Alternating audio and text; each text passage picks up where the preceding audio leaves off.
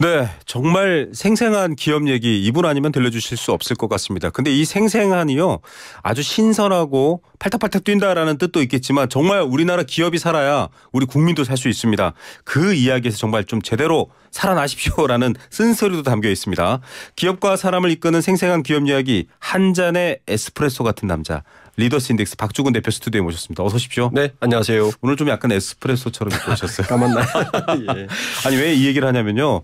지금 저희가 이제 연말 기업들 임원 인사 얘기를 대표님하고 쭉 하고 있는데 그 뭐 이제 매체에서 에스프레소가 이번 인사의 핵심이다라고 했는데 그게 언뜻 맞는 것도 있고 좀 틀린 부분도 있습니다. 다른 부분도 있습니다. 그걸 좀 저희가 오늘도 봐야 되는데 오늘 대표님이 가져오신 기업은 롯데그룹입니다. 네. 자, 롯데그룹도 지금 세대 교체 뭐 이런 얘기하면서 막 보도들은 나오고 있는데 정기 임원 인사 했잖아요. 네. 총평부터 먼저 해주십시오. 뭐 이런 말이 있죠. 새술은 세부대란 말이 있지 않습니까? 새술은 세부대 오래된 네. 말이죠. 네. 이번 롯데그룹 인사를 한마디로 하면 새술은 맞는데 세부대는 아니다. 헌부대에 넣었다. 아, 새술은 세부대가 아니라 새술인데 헌부대에 넣었다. 이거 굉장히 의미가 함축적이네요. 왜냐하면 이번 인사를 보면 일단 부회장 승진 1명, 사장 승진 4명인데 그리고 이제 14개 계열사 대표를 바꿨어요. 맞습니다. 50대로. 그래서 이제 어쨌든 그래서 키워드를 많은 언론은 세대교체라는 말로 냈는데 문제는 사업 구조 포트폴리오가 전혀 바뀌지 않았어요. 그러니까 지금 롯데그룹은 크게 사업부를 보면 3개 축이 있습니다. 우리가 알고 있는 롯데 쇼핑이라는 유통 축이 있고 그리고 유통이 세죠. 요즘은 롯데 케미칼 사업부가 더 커졌어요. 그래서 케미칼 사업 헤드쿼터가 있고 또 하나가 식품군인데 현재 3개의 중추적인 사업부 중에 그나마 실적이 양호했던 곳은 식품군입니다. 식품이 어떻게 보면 롯데 원조죠.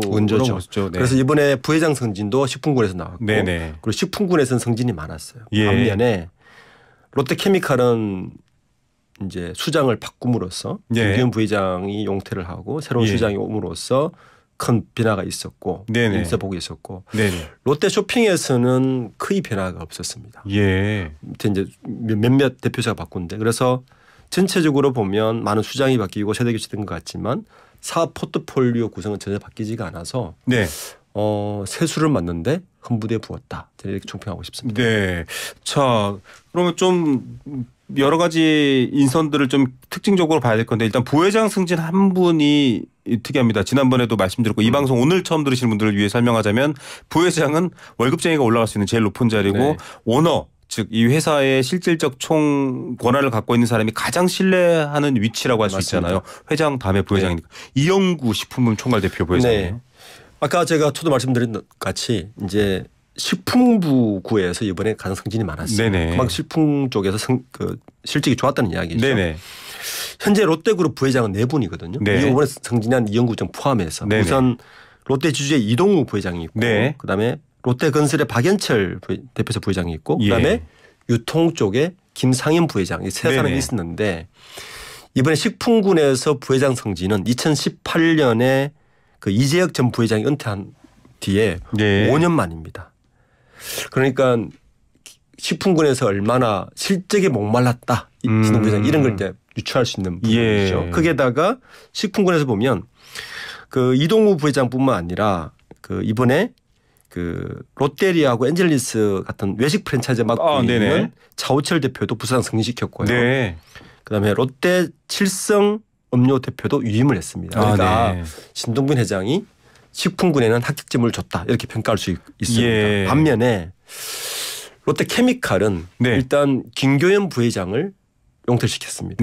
그 자리에 지금 이훈기 사장을 총괄 대표로 올렸어요. 그러니까 원래 이훈기 사장은 호남 석유화학 시절부터 경력을 시작했기 때문에 롯데케미칼의 본류죠. 이제 잔뼈가 굵은 이래서 본업으로 돌아왔다 이렇게 볼 수가 있고 지금 문제는 이제 유통 쪽인데 유통 쪽이 롯데가 그 이커머스 시장으로 가는 시장 관제 시장을 놓쳤잖아요.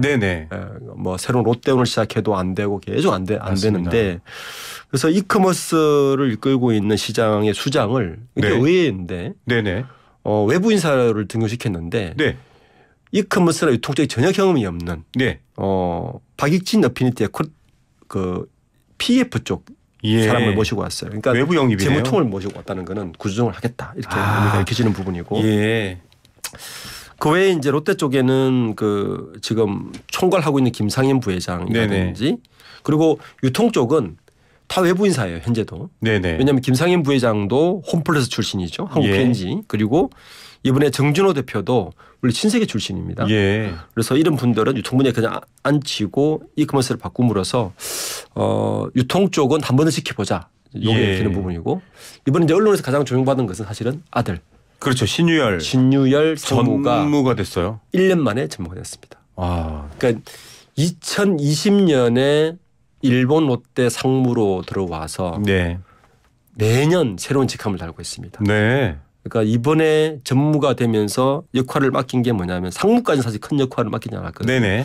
전무가 되면서 롯데가 이제 미래 신성장 동력 사업으로 이 바이오 사업을 하고 있는데 이쪽에 바이오로직스의 글로벌 전략 실장을 맡겠습니다. 그래서 지금 신유열 전무의 그 바이오 사업 신성장 사업에 총괄을 맡겠다는 것은 경험 쌓기도 있지만 실적을 쌓아주겠다.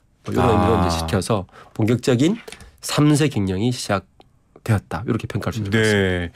자, 이 신전무가 경영 전면에 나서기까지 승계 작업을 조율하고 지원할 2인자의 등장은 아직 두드러지지 않았다. 뭐 이런 기사 내용도 있습니다. 맞습니다. 그러니까 지금은 아직까지는 계속 차근차근 올리고 여러 가지 경험을 쌓고 있는 과정이다 이렇게 보면 될 텐데 바이오 쪽도 지금 전체적인 기업 현황도 보시잖아요.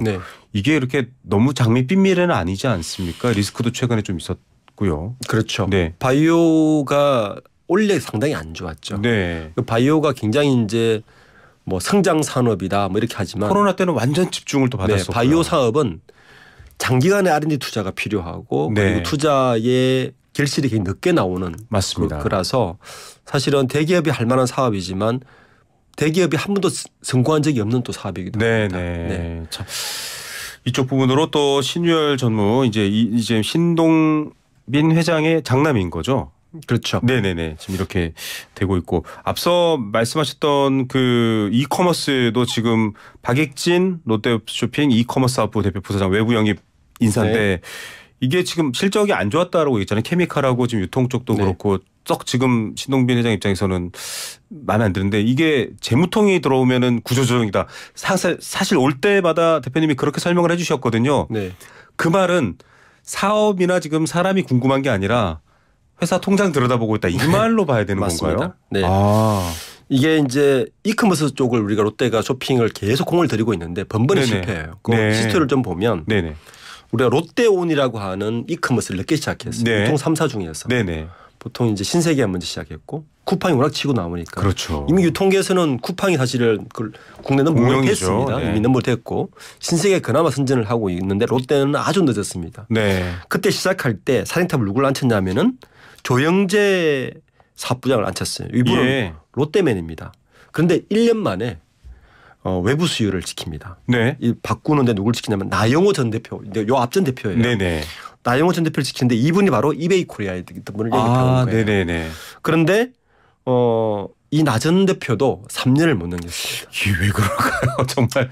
그래서 롯데는 다시 이제 외부 인재를 찾았는데 그분이 바로 이번에 한 박익진 이제 신임 본부장인데 이분의 이력을 보면 이제 물리학자였어요. 서울대 물리학 석박사를 했고요.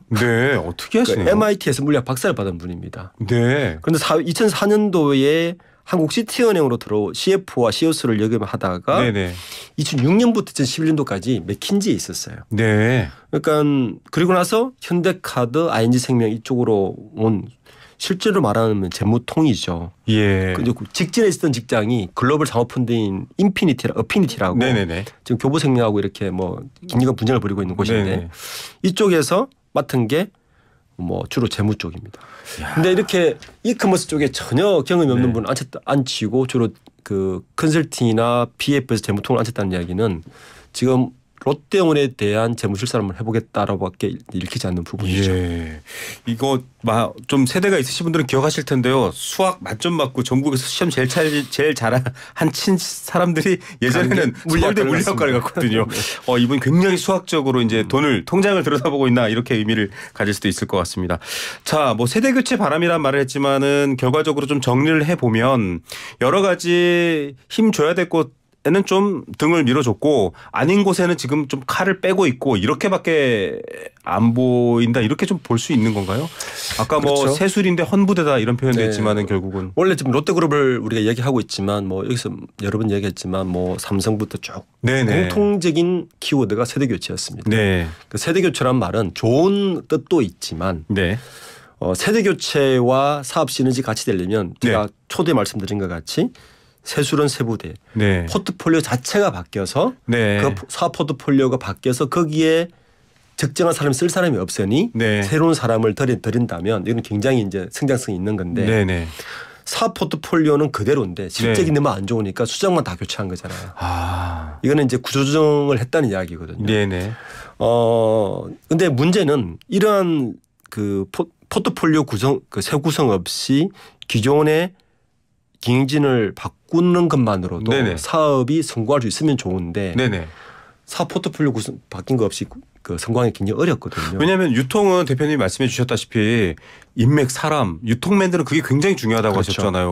이렇게 덜컥덜컥 뭐 나이가 좀 많다고 뭐 나이가 많아서는 아니겠습니다만은 기존 임원들 탁탁탁 바꿔버리면 안정성 부분은 또 어떤가 이런 고민도 되고요. 그렇죠. 그래서 오히려 신세계 그룹 같은 경우는 반대로 그 올드맨들을 다시 등용했지 않습니까? 위기가 있을 때 올드맨 등용을 했거든요. 그건 또 안정화로 가는 거죠. 그렇죠. 안정화로 가는 거죠. 그런데 롯데 같은 경우는 지금 14개 계열사의 대표 수장을 바꾸고 작년에도 12개 계열사 바꿨어요. 롯데는 지금 그룹은 진통 중이다.